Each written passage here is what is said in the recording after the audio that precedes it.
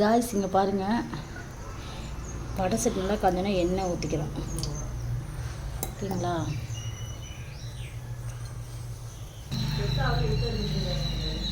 எண்ணெய் நல்லா காஞ்சிடுச்சு, செஞ்சிருவோம்.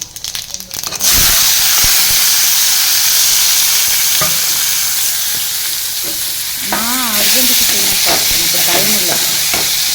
ஓகேங்களா? அதனால் ரெண்டையும் ஒன்றா போட்டு வதக்கிடுறேன்.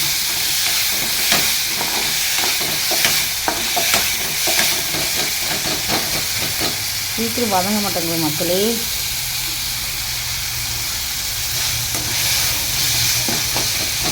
என்ன ரெசிபி அப்படிங்கிறதே நீங்கள் இனிமேல் தான் பார்க்கணும்.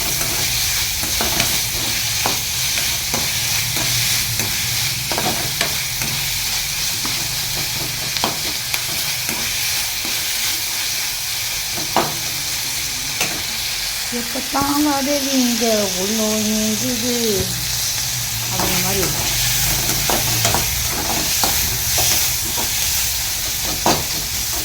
நல்லா வதங்கிட்டு இருக்கு மக்களே. எனக்கு இருங்க, நெக்ஸ்ட் வீடியோவில் கமெண்ட்ஸில் வரணும்.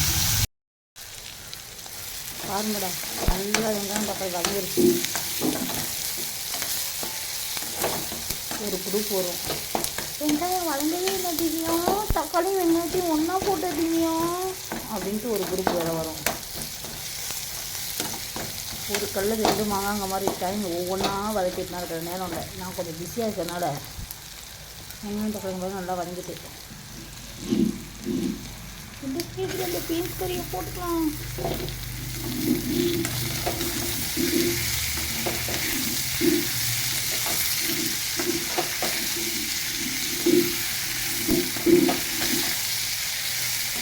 பீன்ஸ் கறியை போட்டு நல்லா எண்ணெயில் நல்லா வதங்கிக்கலாம். ஏன்னு வச்சுக்கோங்களேன், பீன்ஸ் கறி வதங்கணும். நல்லா வதங்கினா தான் பார்த்தீங்கன்னா நல்லா டேஸ்ட்டு கொடுக்கும்.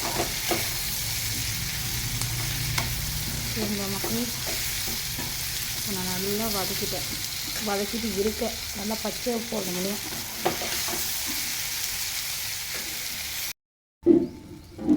பீன்ஸ் கறியில் வதங்கினதுக்கப்புறம் இங்கே பாருங்கள், உப்பு தான் மெயினே, கரெக்டாக போடணும்.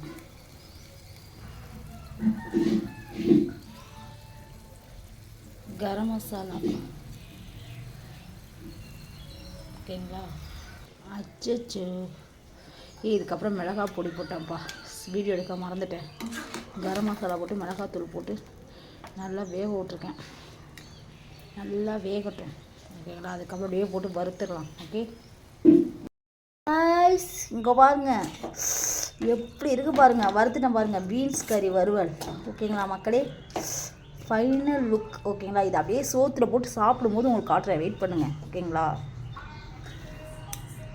இங்கே பாருங்கள் காய்ஸ், சோறு, தக்காளி சூப்பு குழம்பு, அந்த பீன்ஸ் கறி வச்சு இன்றைக்கி நல்லா சாப்பிட போகிறோம்.